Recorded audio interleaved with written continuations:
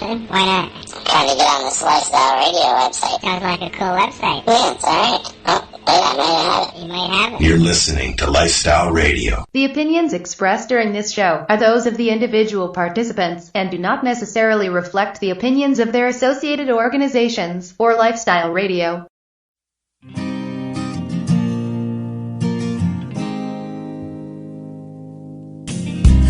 I blame it on industry. I blame it on my own hypocrisy. Miseducation and politics. Hello, everyone, and welcome to the P.A.C.E Radio Show. We are live here at LifestyleRadio.ca, and we are also live on Spreaker. My name is Al Graham. As you know, with any other show, I am never alone, and tonight I'm joined by my joint host, by the very well-known Allison Merton. Allison, are you there? Hey, Al. Hey, everybody. Thanks so much for tuning in again tonight, you guys. Totally appreciate it. Good. Allison, we'll get quickly here going to our guest, but I do have one little thing to discuss with you. And as everybody knows, in a week's time, it's a very important day, and that's 4/20. Yes. Have you got any plans to go anywhere? Well, you know what? Funny that you'd ask, but I know it's big in a number of places here in Canada, and Vancouver especially, where our guest is from, Kirk Tousaw. But ultimately, the last few years I've been spending it in Toronto, Ontario, Canada, and this year I decided to change it up a bit and stay closer to home and go to Hamilton, Ontario, Canada. So I haven't told anybody yet. I was just going to surprise the group of people that did show up. So good. Well, just say hi to everybody down there for me. I know that we've sent some P.A.C.E cannabis therapeutic links, brochures that way to Hamilton Vape, and they're going to be distributing down there. Definitely, and people, again, I know tons of people chill reading stuff like that, so that's awesome, Al. Much appreciated.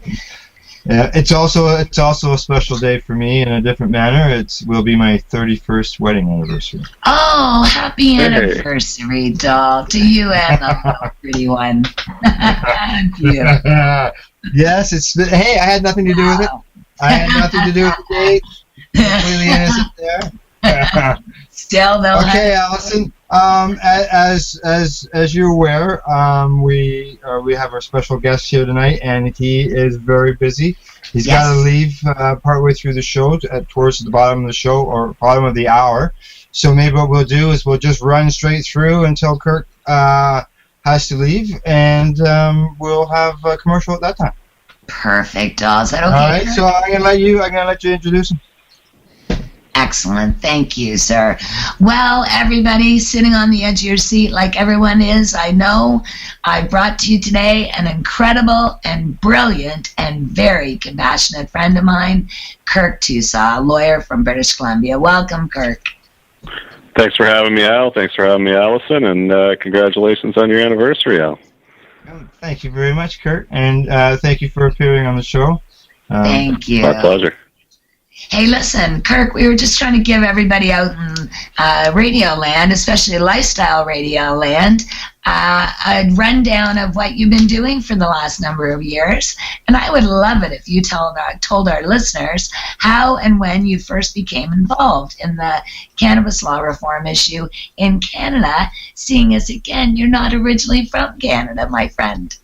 Yeah, that's true. I was born in the U.S., raised in a little town called Romeo, Michigan. I'm glad you said in Canada, because otherwise it'd be an awfully long story, because I sort of got my roots in cannabis activism when the governor of Michigan came to my high school when I was 15 years old, and me and some buddies printed out a big sign on our dot matrix printer that said legalize marijuana now, and we tore off the little round strips that were on the side of the piece of paper. Now your younger listeners won't have a clue what I'm talking about.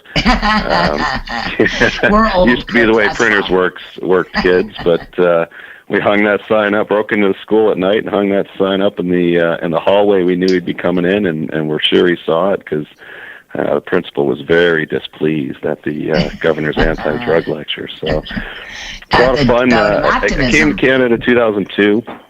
refugee, really, from the Bush administration and the way the U.S. was going in that post 9/11 sort of era.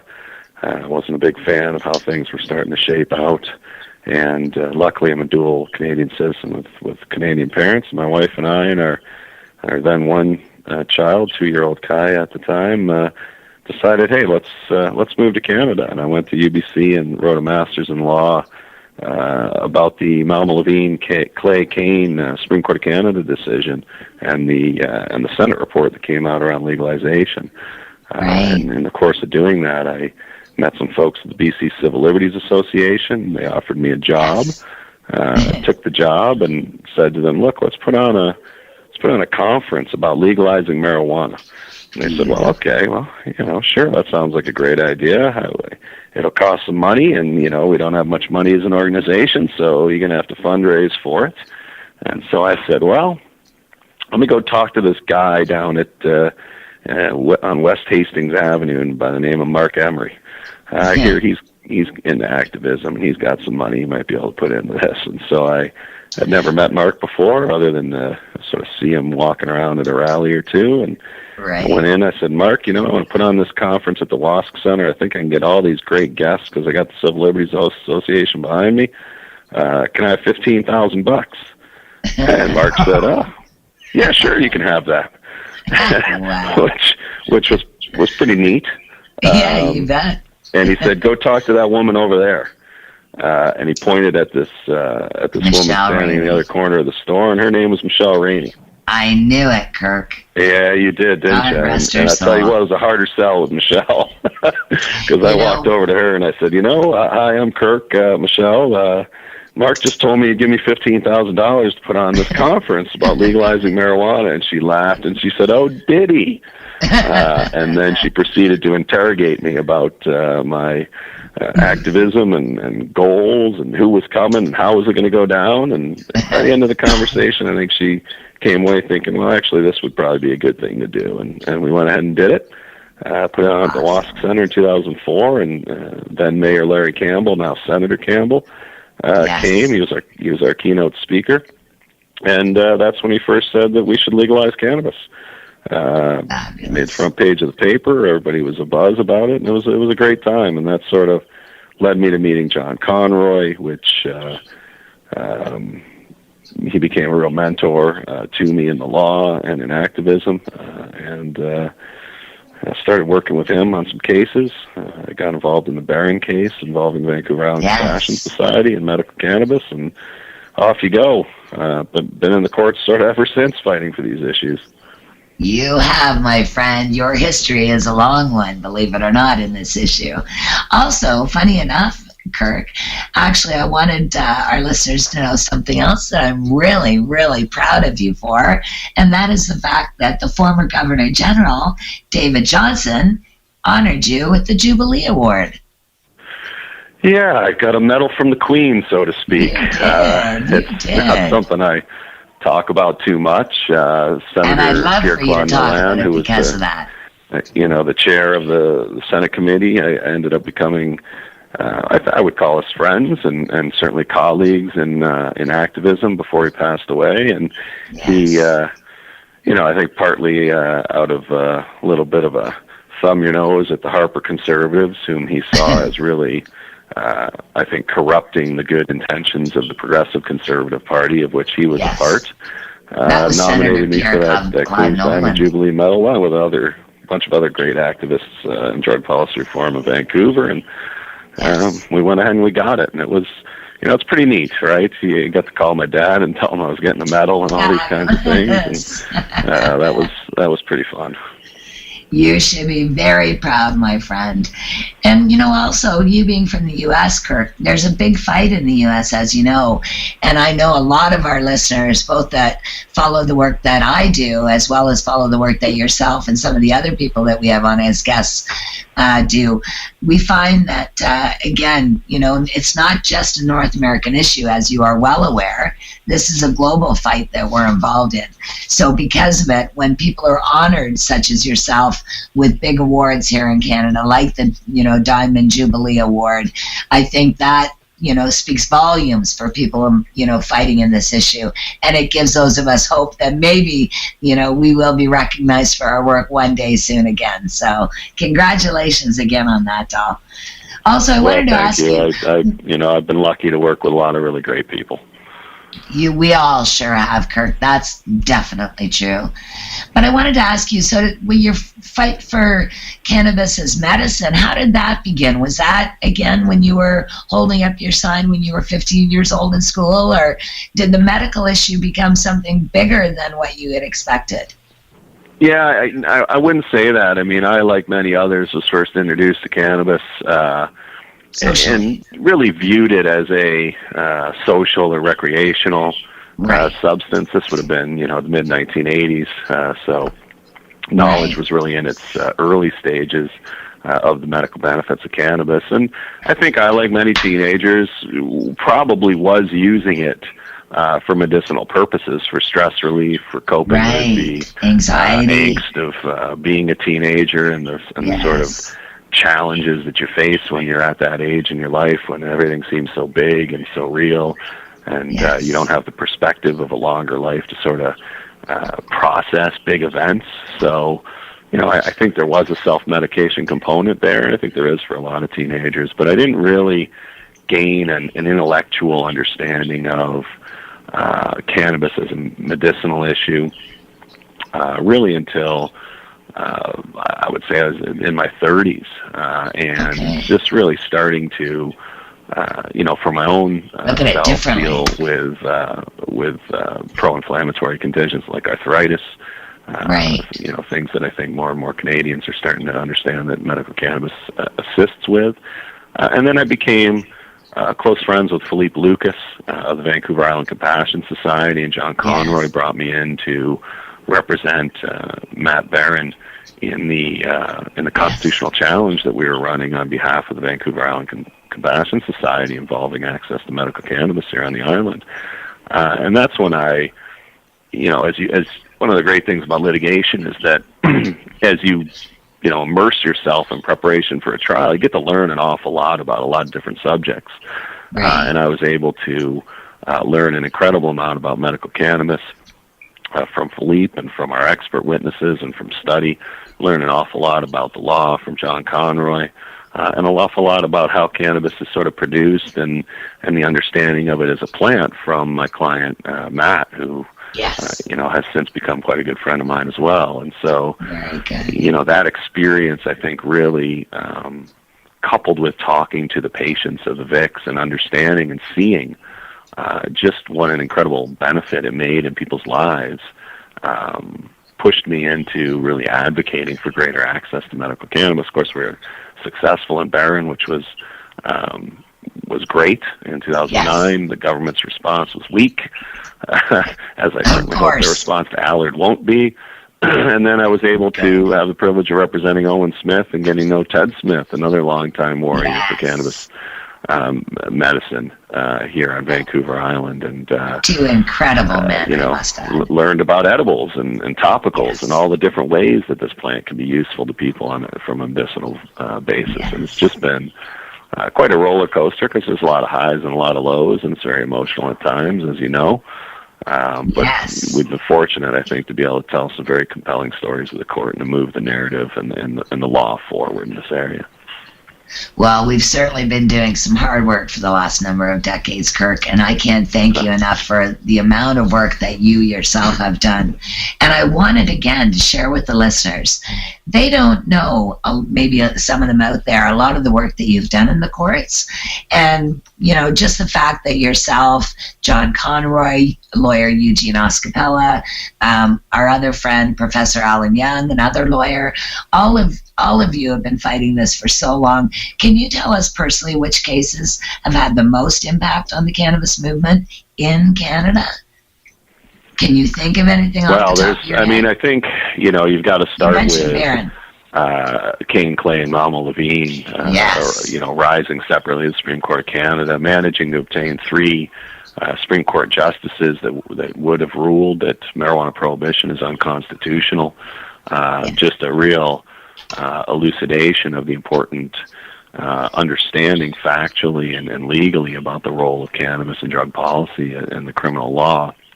And, of course, the medical cannabis cases from Jim Wakeford's early decisions, Terry Parker, the Hidsig cases, the Svetkopoulos case, the Smith case, and Barron.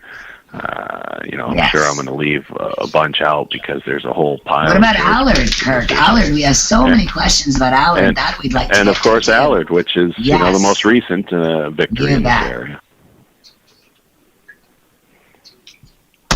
I lost the sound. No, you're still there, Allison. Sorry. You're still there. Sorry. Yeah, I think we're all still here, so that's good. Sorry. Good. Excellent. Okay, just to jump in here, normally we take a break at this time, but we're not going to take one because Kurt has to leave here in about 10 minutes, and I'd really like to get some of these Allard questions in here in the final 10 minutes, so we'll worry about break at the bottom of the hour. Right. Perfect. Do you want me to continue? Go ahead. Okay. I was just going to say, Kirk, you started to touch on the fact that Allard is a really important case in Canada and our most recent win for patients across the country. What I'd like to know is what about patients like myself, Kirk, that are in the gray area that I know April 22nd, 2016 is supposed to be coming up in court. I'm not sure if it's in British Columbia again. Maybe you could fill our listeners in on exactly where, again, we're going to address the issues of moving, address changes, all these things, name changes, that sort of thing. Anyway, if you'd like to take it, Kirk, I'd love to hear what you have to say. Absolutely. Allard decided, obviously, a couple of months ago now, I guess a month or so ago now, and a positive victory for access to cannabis in this country. The government chose not to appeal, which means that they're presumably busy working on a regulatory response. But in the meantime, I think what we've shown and what we did show in court was, number one, that this is a charter violation, that the current system that we're operating under, the MMPR, does violate the charter rights of medical cannabis patients in this country. And then number two, the government's justifications for interfering with those rights, the idea that growing cannabis is inherently dangerous and carries with it all these risks and thus requires a criminal prohibition, has been proven to be completely false. And so what we're going to do is we're going to approach the judge again and say, look, we now understand that this is a clear charter violation. We see the harms that are being done to people that are not protected when they want to grow for themselves or have a caregiver produce for them. And there's all these people who have been left out of that equation by virtue of Justice Manson's decision that only people that qualified on certain dates were able to continue to enjoy the protections of the program, and that they were not able to make any changes to their licensing. So we're going to go back in there and say, now that we understand the depth and breadth of the charter violations in this area, it's time to broaden this injunction and to allow people to begin to experience relief from the onerous burden that the criminal law is placing on their access to cannabis. That would include new participants in the production regime. That would include the movement of licenses. Some of this is very frustrating because Health Canada could do all this on their own, right? They don't need a court telling them to do it. They could very easily allow people to, for instance, change their addresses simply by updating their database and issuing a new license. That is not an onerous burden. And so the fact that we, in the face of a positive decision at trial in Allard, actually have to be going back into court to fight for these changes now, to fight for these protections for people, is a bit frustrating, but I understand that's the way the system works. I should be doing something else if I let it get to me too much, because there's been a pattern of this for the last decade or more. But hopefully we're gonna have a receptive audience. Hopefully we're going to be able to broaden the injunction. I have had some limited success in BC Supreme Court, also in a case involving a challenge to the MMPR, obtaining injunctions for 4 patients who needed to carry more than 150 grams, and so I was able to get them relief from that 150-gram limitation, and also one patient whose doctor had doubled his dosage between the time that he was protected by the injunction in Allard and the time that we got our injunction hearing in BC Supreme Court. And so I was able to get his dosage and his plant count doubled. So there is, some precedent out there for the idea that making these kinds of changes is possible, it's doable, and let's get on with the business of letting patients make that autonomous decision to produce for themselves and then improve their quality of life. Beautiful. Now, quick question, Kirk. You had just touched on it again, but you just made me think. I know some of the patients across Canada, like myself, that suffer continuously all day, including at this moment. It's driving me insane. But what I want to say is that at 150 or more grams per day, I've been spending 3 decades of my life telling people that I use cannabis in all forms. And I think now, with lawyers on board, they're starting to explain exactly how patients like us use these different products. So, for instance, I don't smoke 5 ounces of cannabis a day, even though my voice certainly sounds like I do. But you know what I mean? I do smoke probably 30 large marijuana cigarettes or cannabis cigarettes a day, plus everything else from cookies to tea to creams to vaporization on back, just to relieve the stupid pain that I have all day on my face every day. So I'm curious, again, Kirk, will patients like myself who are up around 100 or more grams a day be facing any trouble with the fact that we need our prescriptions filled and that we need this medicine yesterday? Well, I mean, that answer is squarely in the hands of the Liberal Party of Canada, Mr. Trudeau, Dr. Philpott, Minister Philpott, and the folks that are in charge of coming up with a constitutional response to the MMAR. If it was the old government in place, the Harper administration, I would have said, good luck. You absolutely will continue to have problems because they're going to do the least they can. There's going to be a cynical and meager response that is contemptuous of the decisions of the courts. And I'm a bit more optimistic that this government's going to deal with it in a more adult and responsible way. And let me just say this. What's the point of limiting what people can carry in terms of cannabis? If they're trafficking in it, then the police should be able to do their jobs and demonstrate that they're trafficking unlawfully. But we don't. I could go down to the liquor store today and I could buy 5,000 bottles of vodka if I wanted to. There's absolutely no ban on me buying that much. It's enough to poison, a small town. Kill but I can load my van up and I can drive around in it and I can give it away to people and I can do all kinds of things with this poison. And we're talking about allowing people to possess, an amount of cannabis that'll fit in a Ziploc bag. Right. It's absolutely ridiculous that we should be having these discussions at all. But the fact of the matter is that almost every jurisdiction that has medical cannabis has some kind of carry limit, some kind of plant count limit. I don't think it makes a lot of sense. It all only exists because of drug prohibition in the first place.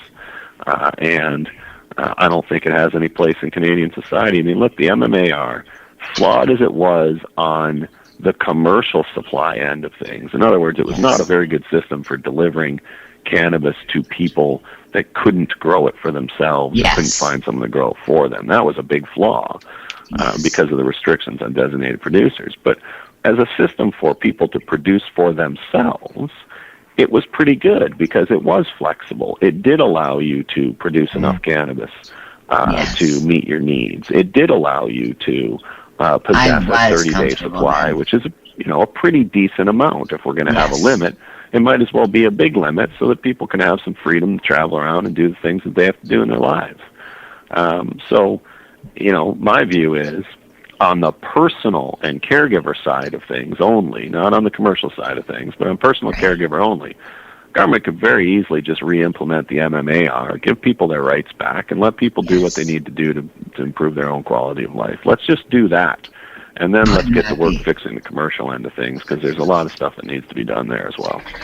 Yes. So do you think, Kirk, that maybe the new system could be a combination of the old MMAR and the MMPR, where instead of the patients dealing with just the PPS system of the old system, would they maybe have the option to go to one of all these commercial producers and grow their own?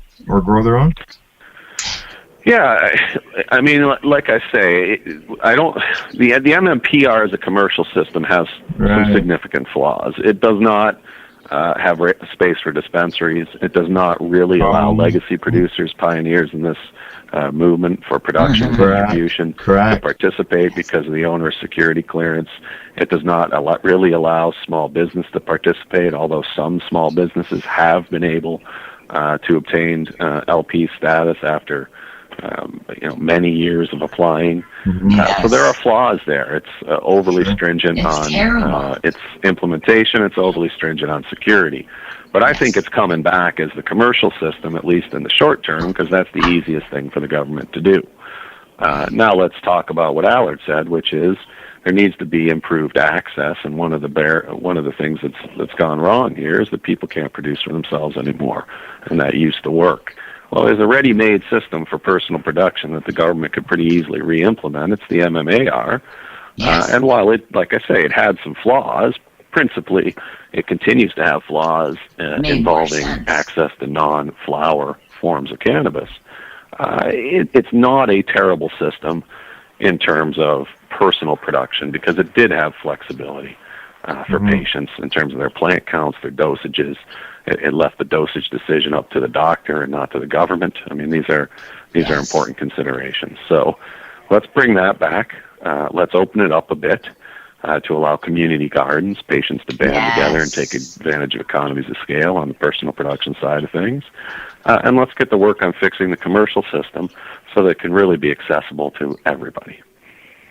That's what we want, Kirk. I'll tell you, that's what we're fighting for, my friend. And one day we are going to do it. I guarantee you that much.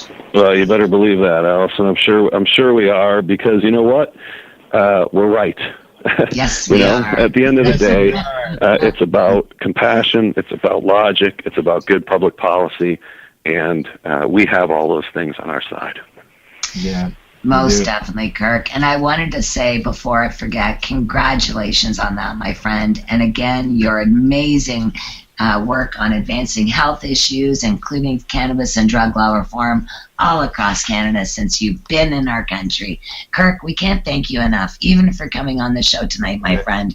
You have been just incredible. It's been a privilege, and I want to really turn that around and thank both of you for all of your hard work in this area as well. I mean, I'm a storyteller at the end of the day, and it's stories like yours, Allison, and like others that I've heard throughout my career that really enable me to make a judge or a jury or whomever see that there's a right decision to be made. And so thank you, and thanks for having me on today. I really appreciate the opportunity. Thank you, Kirk, for coming on. We appreciate you coming and talking to our listeners. Before you leave, we always like to have people do a shout out. If you want to throw a shout out to your website or somebody else, we'd appreciate that. Well, if people want to sort of keep up on me, I mean, my website's TousawLaw.ca, and I'm pretty easy to find on Twitter and Facebook, just at Kirk Tousaw. So, jump on and go in that direction. Some of the other organizations, that I think people might want to tune into are obviously Normal Canada. And the BC Civil Liberties Association. Those have been influences in my career and my life, and so and many of ours too, Kirk. Oh, absolutely. And so, let's just keep pushing forward, and like I say, we've got the angels on our side. So we sure do, my friend. Never doubt that for a second. You're amazing, Kirk. Together we will make a difference, my friend. You got that right, Allison. We're pressing you for time, so thank you so much again for everything, Kirk. Thank you, My Kirk. pleasure. We'll be in touch, my friend. We'll be in touch. Have a great evening. Thanks so much. You too. Bye-bye. Bye-bye. All right, everybody.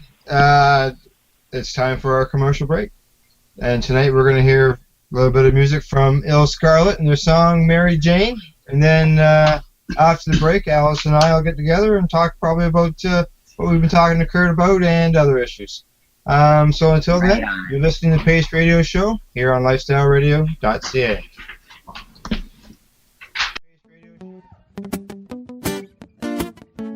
I move on by heartbeat tones, and I'm so far out, and I know, no, Mary Jane, I feel sick. pass me way. And now I feel the same. But I come around here for another day. The following is a public service announcement from the Canadian Therapeutic Cannabis Partners Society.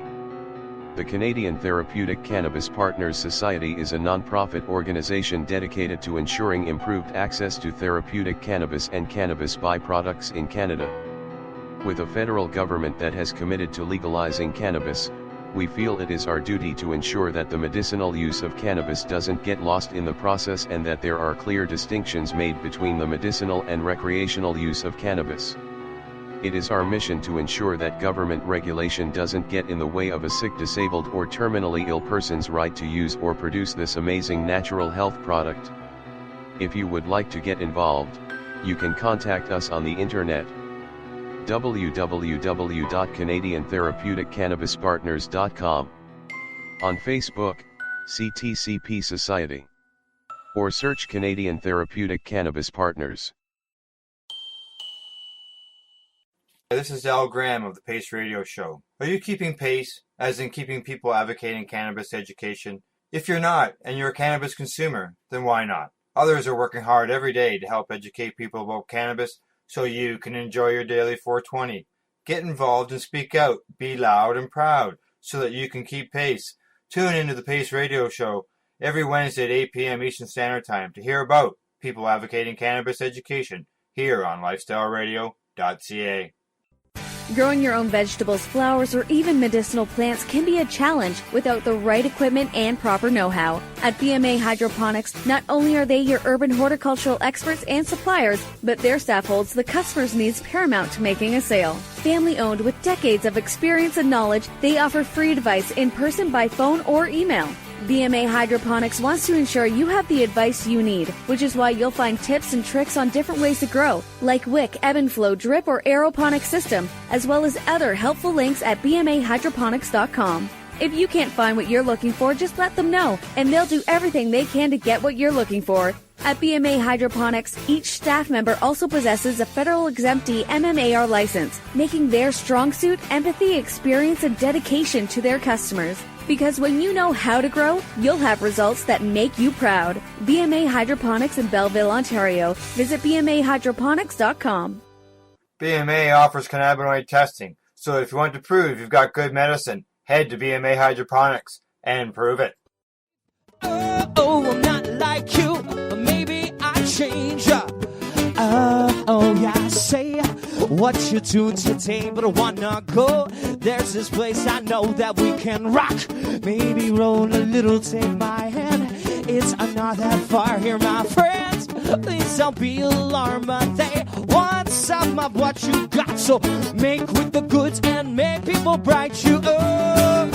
Song, Hello and welcome back. We are the P.A.C.E Radio Show live here at LifestyleRadio.ca as well as on Spreaker. A big shout out to all of us, to all the listening to us at other audio outlets such as Mixcloud and our friends over at TuneIn Radio.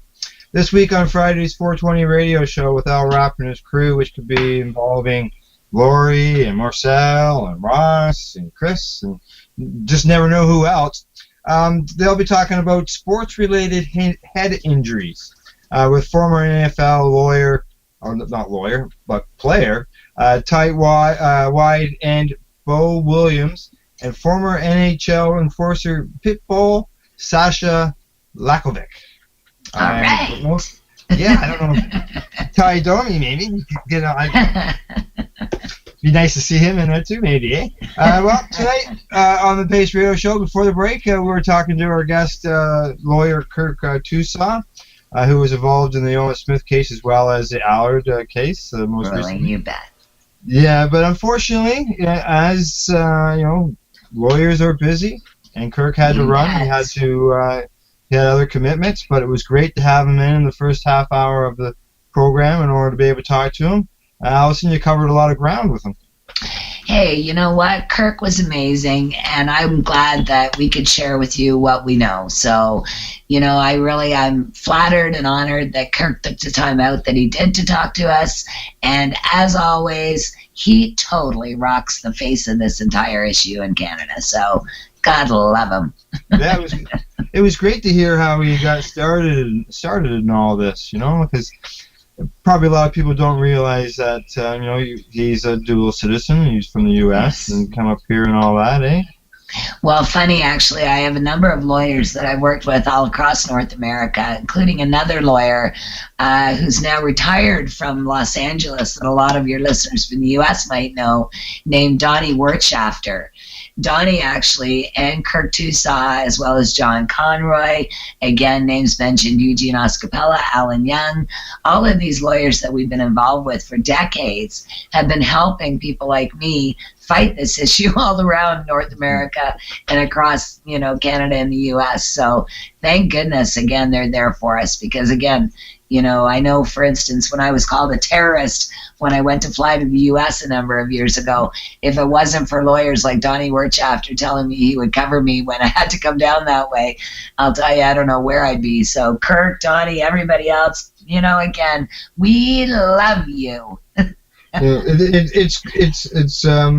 very fortunate in the cannabis community to have some dedicated lawyers. Big names, people like this. Brilliant minds. Yeah, that are doing, great at this in order to bring down laws that are unjust and have been proven over and over again. Yes. Well, I love the fact, just between you and me, that Kirk tends to stand up for the little guy like John and Alan and Eugene and Donnie and some of these other people and lawyers that we deal with, mainly because they see that patients like us are suffering. I am having an absolute day from heck today and have been for almost 3 years steadily since I lost my garden due to the all of the involvement with losing licenses and people like myself who have been, caught up in address changes, etc. Those of us who have not been able to start our gardens and not been able to have enough medicine to suffice our need, that's why I need people like Kirk and John Conroy and Alan Young and Eugene Oscapella, Eugene the Dream for those interested. We love those lawyers. Bottom line, we love them because A, they believe us, and B, they help fight for all of us. Yeah. Kirk was involved big time in the Owen Smith case. Yes. It was fantastic, the work that he did. It allowed patients the movement of their cannabis being allowed all to extracts. have. Yeah, the extracts and all that. All extracts. Yeah, so many people were basically like a lot of us. Like I was seeing when you go around, people were basically ignoring that part of the MMAR. And they were right to, Kurt proved that in court with the Owen Smith case, that we were allowed to do that. And, there was a lot of people who were concerned that they were going to be arrested. There's parents who were dealing with their children. Yes. Al, sadly enough, for people like me, that was never an issue because, again, I've known for the decades that I've been doing this, and I've been doing this for almost 3 decades publicly, that we do have rights in this country, like Kirk said, and that when we battle our health, I want people and our listeners to know again that in Canada we have the right to use anything licit, which is legal, or illicit, which is illegal, to feel better. And that's bottom line what we've been fighting on for decades. We want people to know that, hey, if smoking a joint or smoking a marijuana cigarette or drinking a marijuana cup of tea, a marijuana tea, or eating a cookie floats your boat and takes your pain away, then so be it. That is your right as a human being to be able to choose to use that as medicine. So that's what we've been trying to, teach everybody over the last number of decades. You included, Al, with P.A.C.E. Radio. Same thing. Yeah, same thing. Yeah. We've all started someplace, and we all grow and stuff like that. Like I can remember, part of the upcoming editorial or article in Grassroots Advocate, the little magazine that P.A.C.E. puts together. Right. Attending the 420 rallies back in 2008. Wow. At one time, there was only, I think there was only the one or two, and now it seems like, yeah, now it's like there's so many that are almost competing against each other. Yeah, you know, I've been doing this for so long. Like I said, Al, I can't even remember. I think the first 420 I ever went to was in Niagara Falls, but I don't even remember. I live close to a place called Hamilton, Ontario, Canada. Yeah. I'm probably within about an hour of Niagara Falls, Ontario, Canada, and another hour the opposite way of Toronto, Ontario, Canada. So I tend to float all over this area of southern Ontario, making my way around and making my stance known, you know, whether it be fighting this as medicine or getting out there fighting for the rights of others who choose it the same way I do, or again, as you know, the social advocacy work that we do too. Yeah. You know, nobody should be arrested for a plant, no matter which way you look at it. You know, there's many ways really that to go at this, you know. Much, you know, like yourself, myself, and many others have been going at it at the, you know, the medicinal end, trying to get the education and the information to let people know that, you know, there's medicine involved in this. This isn't about just people going out and getting high or whatever. No, you know what, Al, and a lot of our listeners know that because the pills do far more, you know, damage in that respect and giving us side effects that, you know, make us, you know, out of our minds at some points, you know, depending on the medication we're given. And I don't know, again, if many people understand, but I take sometimes over 100 pills a day. And I think ultimately when I have cannabis, I don't even go near that number. And lately with me running out, it's been just a horrendous quality of life that people like us are having. So again, you know, getting back to Kirk fighting for us, and, you know, I can't thank him enough. Like I said, Kirk is just an angel, like John and Alan and Eugene and Donnie and everybody else. You know, I can't thank these lawyers and these people enough. For Senator Pierre-Claude Nolan, he was talking about earlier, you know, for the fact that that's who actually recommended him for the Queen's Honor of the Diamond Jubilee Award.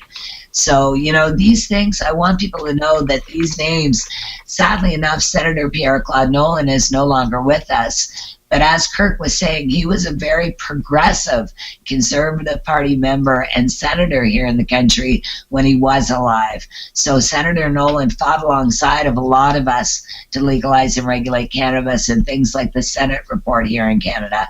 So, you know, some big names, you know, that are in this issue that are fighting for all of us. So yeah, I think a lot of people, when you talk about Claude Nolan and the Senate report, I think probably a lot of the thing that surprised a lot of people was when it came out saying that 16 and over. Yes. I think that is phenomenal still. I want people to know that Senator Pierre-Claude Nolan was again working with a number of us across the country, from Hillary Black to Kirk Tousaw to my John Conroy to myself, you know, finding out what exactly we felt as people involved in this issue. And being myself, again, a retired corrections officer, it's not that I don't want to see young children using cannabis, especially if they need it medically. But I do think there should be some sort of limit put on it at some point. Therefore, I am for regulation and age limits on these sorts of substances. But you know what, again, Al, 16, honestly, I can remember when I was 16, and I couldn't tell you how many people were smoking pot when I was growing up. So, yeah, you know, as I said, now nothing's changed. Yeah, I know I was smoking by that age. So nothing's changed, my friend. Okay, well, it's time for another commercial break, and tonight's featured band is Ill Scarlet, and we're playing their song Mary Jane, and Alice and I will continue our conversation. You're listening to the P.A.C.E radio show here at LifestyleRadio.ca. Rock on! Seem to be my source of pain. Relief. Oh, I'm not like you. Or maybe I change. Oh yeah, crime is on my mind, and tonight, well, I just might change the world with a little bit of luck. If the place and the time is right, hear my word. They may sound absurd, but some people still got to learn. Now would I to be on my full. Growing your own vegetables, flowers, or even medicinal plants can be a challenge without the right equipment and proper know-how. At BMA Hydroponics, not only are they your urban horticultural experts and suppliers, but their staff holds the customer's needs paramount to making a sale. Family-owned with decades of experience and knowledge, they offer free advice in person, by phone, or email. BMA Hydroponics wants to ensure you have the advice you need, which is why you'll find tips and tricks on different ways to grow, like wick, ebb and flow, drip, or aeroponic system, as well as other helpful links at bmahydroponics.com. If you can't find what you're looking for, just let them know, and they'll do everything they can to get what you're looking for. At BMA Hydroponics, each staff member also possesses a federal exemptee MMAR license, making their strong suit empathy, experience, and dedication to their customers. Because when you know how to grow, you'll have results that make you proud. BMA Hydroponics in Belleville, Ontario. Visit bmahydroponics.com. BMA offers cannabinoid testing, so if you want to prove you've got good medicine, head to BMA Hydroponics and prove it. The National Task Force on Medicinal Cannabis is a group of not-for-profit organizations dedicated to influencing government policy with factual evidence. Our mission is to ensure that a constitutional medical program is developed that will address the concerns of all Canadians that require therapeutic cannabis. The task force is looking for dedicated people who are willing to contribute to our cause. We have formed this task force to foster a unified approach and focus on lobbying the federal government and Health Canada. We represent the combined expertise of thousands of patients with more than a decade of experience. As a task force participant, you, your business, or your group will have an opportunity to show that you care and offer your unique skills to promote the cause. If you would like to get involved, go to medcanataskforce.org. That's medcanataskforce.org and use the Contact Us link to get started. Help us help you. Tune into the P.A.C.E. radio show and catch Kim Cooper, Debbie Stoltz-Giffen, or Allison Murden, along with myself, Al Graham, as we talk to Canadian and international cannabis advocates who are working hard to help patients and to end cannabis prohibition. Catch us live every Wednesday at 8 p.m. Eastern Standard Time here at LifestyleRadio.ca. I got what you wanted, got what I need, my Mary Jane. I feel silly when you pass me away. Hey, and now I feel the same. Come around here for another day. Oh, cause me trouble. Always seem to be my source of pain. Believe, I'm not like you, but maybe I. Welcome back, and thanks for tuning into the P.A.C.E. radio show. We're being broadcasted live right here at LifestyleRadio.ca, and we're also at Spreaker, along with locations such as Shoutcast, YouTube, and other social media. Tonight on the P.A.C.E. radio show, I'm joined by my joint host, Allison Murden. Earlier in the show, we had Allison's special guest, Kirk Tousaw, but Kirk had other commitments, and he had to leave a little bit earlier, so Allison and I have been talking a little bit about 420s and other events. We have.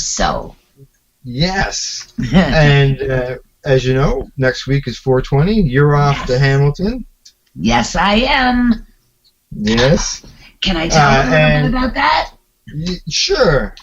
Do you know what's all going on down there as far as entertainment or anything? Actually, you know what? I don't have a clue because I've been so under the weather. I'm just looking forward to a big day full of surprises. Yeah. And they don't even know I'm coming, Al, until I actually, announce it as, the show is released. So they don't know that I'm even going their direction. Good. But probably sometimes, Allison, maybe that is better. Be nice to be able to sort of slide in there nice and quietly and, be able to talk to people and, if you get a chance to speak on stage, then, Yeah. Great. You know what, Al? I find exactly that. I've been set up to speak at all these events for so many years across Canada. I'm so under the weather lately. This is one of the few times that I just want to float around and be a butterfly or a fly on the wall, a butterfly in the room. You know what I mean? Yeah. Soak it all up and take it from there. But I did want to give a huge shout out to some friends of mine that are going to be helping out at the Hamilton 420, including a young friend of mine from named Josh, from Frank's Magic Crops in Burlington, Ontario, Canada here. That is my local city's hydroponic store. That the only one that I think people should go to. Again, Frank's Hydroponics, Frank's Magic Crops it's called. And bottom line, it's a local hydroponic store here in the city. And for the first time, they are doing prizes, etc., giving away prizes for the 420 in Hamilton, Ontario. So I'm very proud of them, and I want to give a huge shout out to my friend and pastor and all the wonderful, incredible work she has been doing again at Frank's Magic Crops with Josh and everybody there, Marcus and Kingsley and everybody on back. Good. So I want to make sure that they're all at least mentioned and thanked from the bottom of my heart because they do such great work here in our city.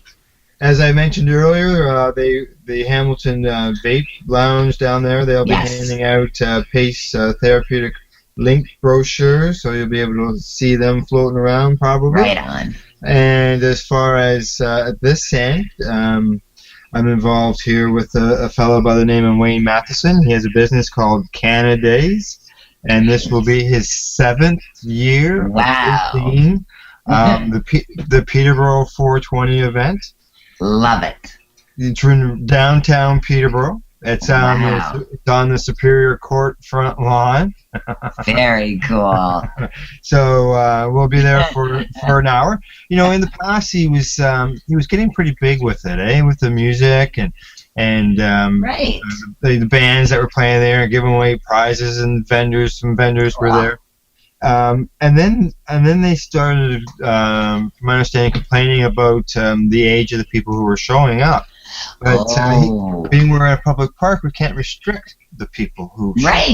Right. So you're so right. Yeah. So in order to do away with that, they just decided to do an hour-long protest, go back to the grassroots style of things, and go all out with the bands and the comedians and stuff like that on Cannabis Day on July 1st.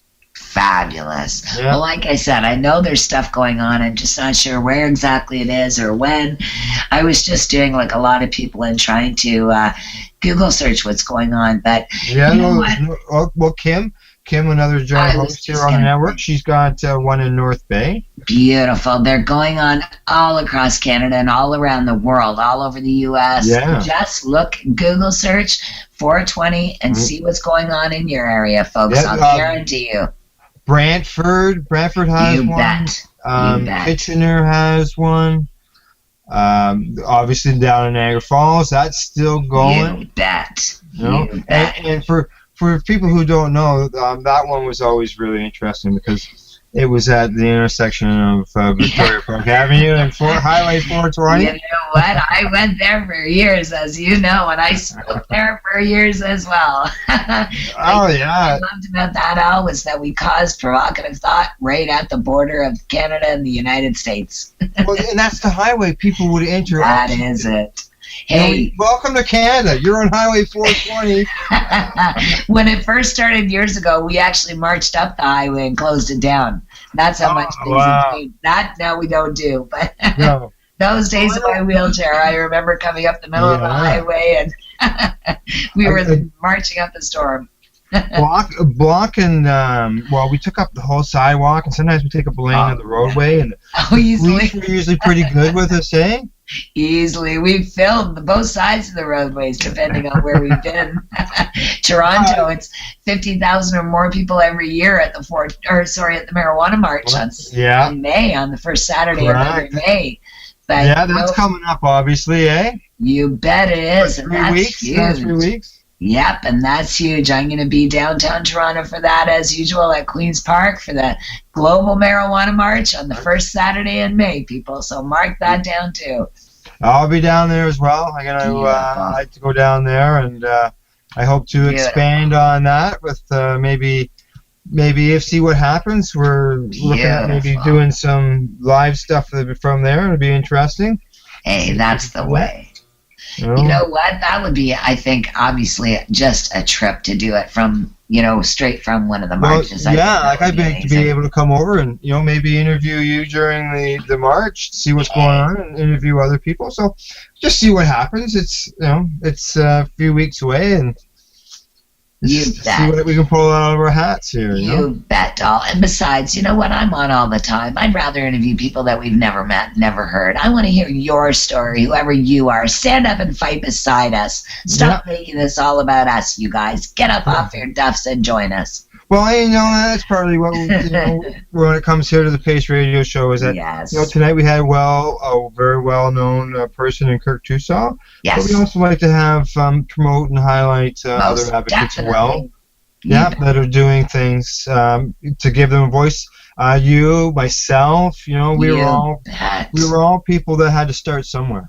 You bet we were. So, and I think that's a great point, Al, because sadly enough, some of us that get a lot of the attention out there in the media don't always warrant the attention. It's just that we're noisy and we get it. But bottom line, I want people to know that whatever you feel is right that you're doing, continue to do it because it is right.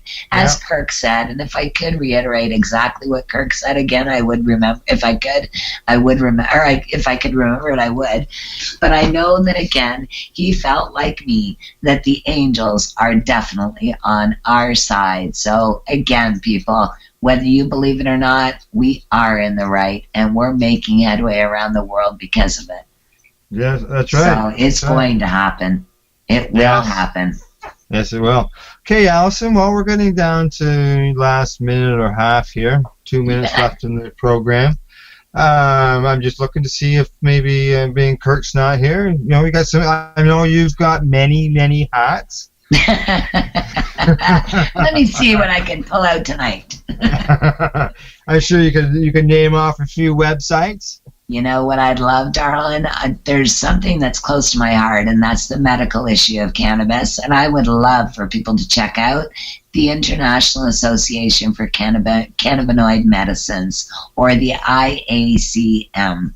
That I'm the Canadian patient representative for and have been for the last 5 years for global cannabis drug law reform work.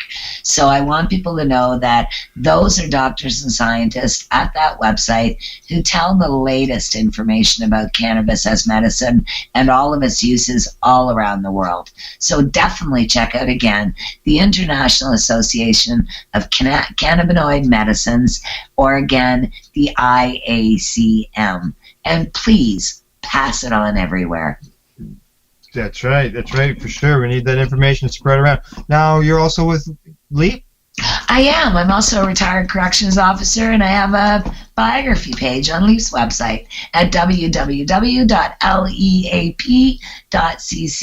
You can check me out when you Google search speakers. My name again is Allison, Alison, Murden, Myrden. But as I tell media, it's Murden like burden, but I'm no trouble at all.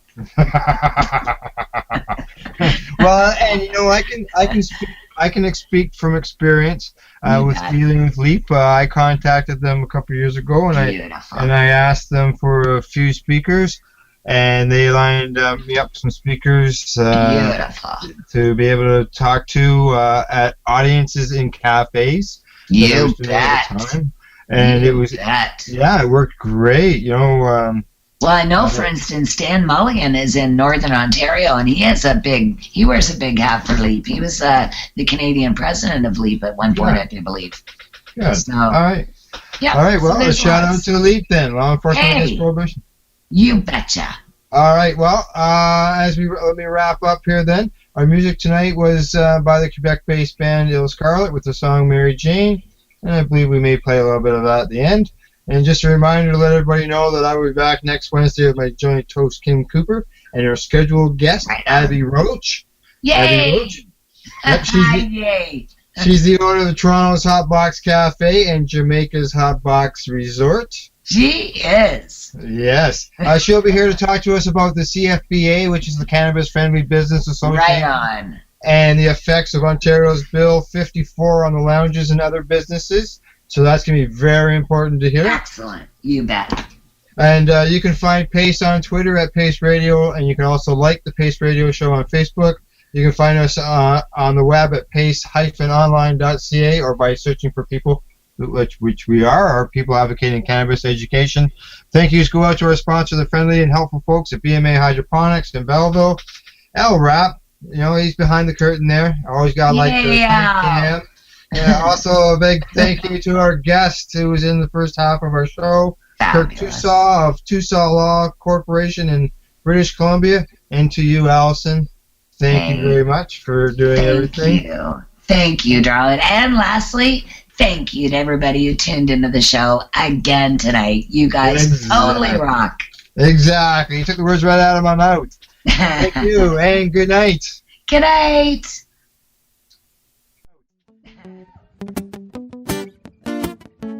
I move by heartbeat tones, and I'm so far out, and I know, no, bo, Mary Jane, I feel silly when you pass me away, and now I feel the same when I come around here for another day, cause me trouble, one would seem to be my source of pain, but if, I'm not like you, but maybe I change, yeah, say what you do today, but I wanna go. There's this place I know that we can rock. Maybe roll a little, take my hand. It's not that far here, my friends. Please don't be alarmed, but they want some of what you got. So make with the goods and make people bright you up. Song, Mary Jane, I feel silly when you pass me away. Hey, So what are you doing? Nothing. Nothing? Why not? Trying to get on this Lifestyle Radio website.